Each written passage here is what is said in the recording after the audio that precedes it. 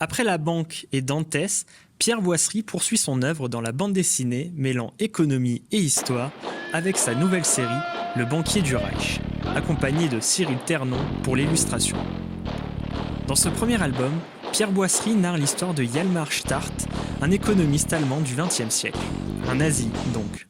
Tous les Allemands ne sont pas nazis, monsieur. Oui, je connais cette théorie. Alors effectivement, le cas de Hjalmar Starrt est assez ambigu. Brillant économiste, il sauva l'Allemagne de la faillite suite à la défaite lors de la Première Guerre mondiale.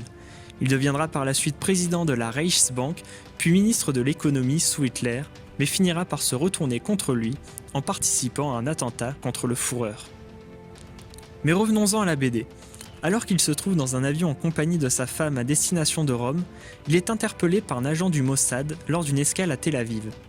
Ce dernier souhaite lui soutirer des informations concernant son ancien assistant, Rolf Lübke.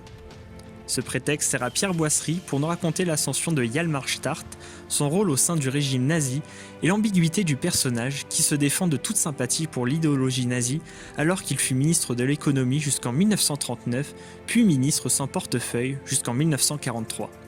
Les dessins sont magnifiques et fourmillent de détails qui rendent la BD réaliste.